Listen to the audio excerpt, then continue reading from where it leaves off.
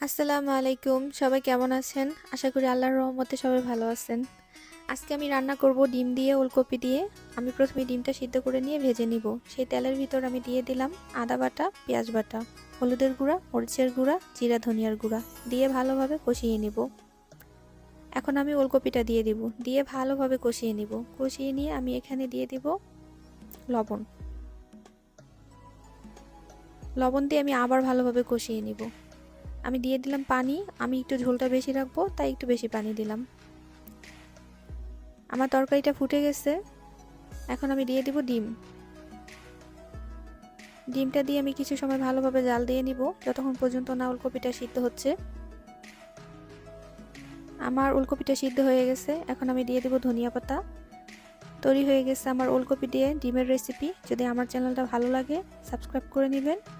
রেসিপিটা ভালো লাগলে লাইক দিয়ে দিবেন, শেয়ার করে দিবেন, পাশে থাকবেন। আল্লাহ হাফেজ।